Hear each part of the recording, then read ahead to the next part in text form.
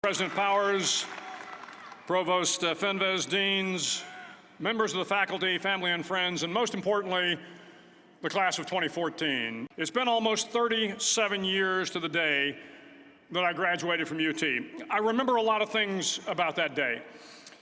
I remember I had a throbbing headache from a party the night before.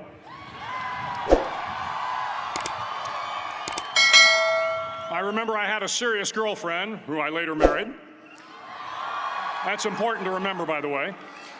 And I remember I was getting commissioned in the Navy that day. But of all the things I remember, I don't have a clue who the commencement speaker was, and I certainly don't remember anything they said.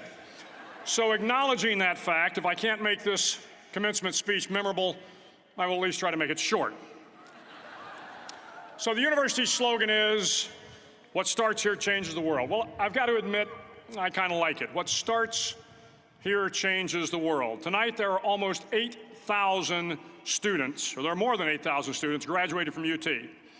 So that great paragon of analytical rigor, Ask.com, says that the average American will meet 10,000 people in their lifetime. 10,000 people, that's a lot of folks. But if every one of you changed the lives of just 10 people, and each one of those people changed the lives of another 10 people, and another 10, then in 5 generations, 125 years, the class of 2014 will have changed the lives of 800 million people. 800 million people. Think about it. Over twice the population of the United States. Go one more generation, and you can change the entire population of the world, 8 billion people. If you think it's hard to change the lives of 10 people, change their lives forever, you're wrong. I saw it happen every day in Iraq and Afghanistan.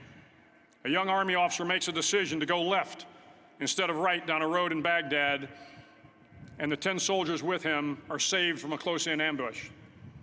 In Kandahar province, Afghanistan, a non-commissioned officer from the female engagement team senses that something isn't right and directs the infantry platoon away from a 500-pound IED, saving the lives of a dozen soldiers. But if you think about it, not only were those soldiers saved by the decisions of one person, but their children were saved, and their children's children. Generations were saved by one decision, one person. But changing the world can happen anywhere, and anyone can do it. So what starts here can indeed change the world. But the question is, what will the world look like after you change it? Well, I'm confident that it will look much, much better. But if you'll humor this old sailor for just a moment, I have a few suggestions that may help you on your way to a better world. And while these lessons were learned during my time in the military, I can assure you that it matters not whether you ever served a day in uniform. It matters not your gender, your ethnic or religious background, your orientation, or your social status. Our struggles in this world are similar, and the lessons to overcome those struggles and to move forward, changing ourselves and changing the world around us, will apply equally to all. I've been a Navy SEAL for 36 years, but it all began when I left UT for basic SEAL training in Coronado, California. Basic SEAL training is 6 months of long, torturous runs in the soft sand, midnight swims in the cold water off San Diego, obstacle courses, unending calisthenics, days without sleep, and always being cold, wet, and miserable. It is 6 months of being constantly harassed by professionally trained warriors who seek to find the weak of mind and body and eliminate them from ever becoming a Navy SEAL. But the training also seeks to find those students who can lead in an environment of constant stress, chaos, failure, and hardships. To me, basic SEAL training was a lifetime of challenges crammed into 6 months. So here are the 10 lessons I learned from basic SEAL training that hopefully will be of value to you as you move forward in life. Every morning in SEAL training, my instructors, who at the time were all Vietnam veterans, would show up in my barracks room, and the first thing they'd do was inspect my bed. If you did it right, the corners would be square, the covers would be pulled tight, the pillow centered just under the headboard, and the extra blanket folded neatly at the foot of the rack.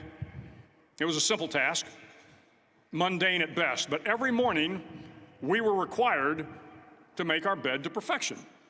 It seemed a little ridiculous at the time, particularly in light of the fact that we were aspiring to be real warriors, tough, battle-hardened SEALs. But the wisdom of this simple act has been proven to me many times over. If you make your bed every morning, you will have accomplished the first task of the day.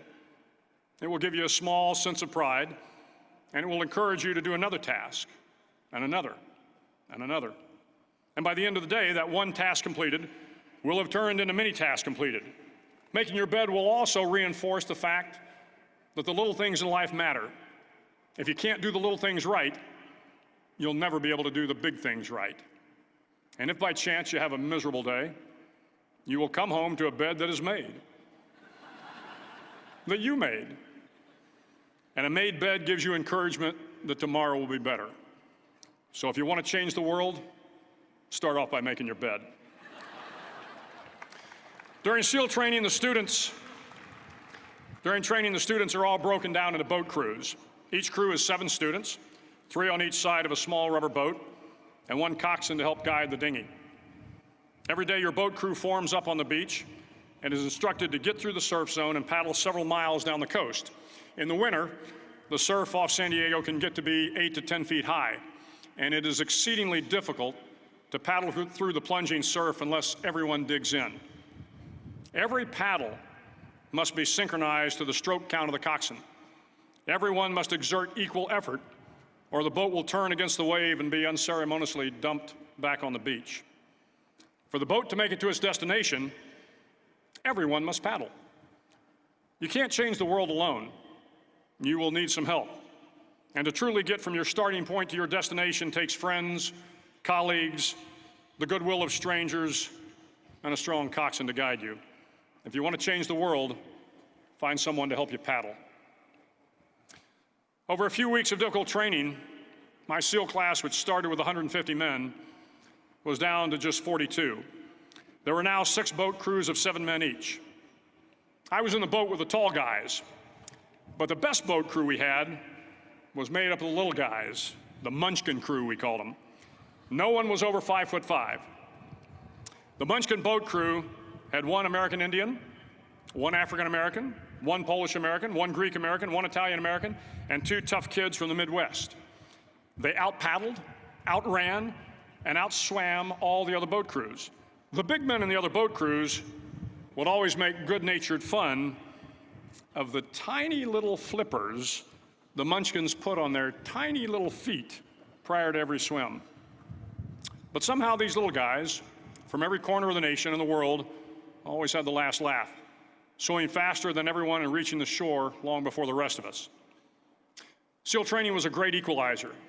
Nothing mattered but your will to succeed, not your color, not your ethnic background, not your education, not your social status.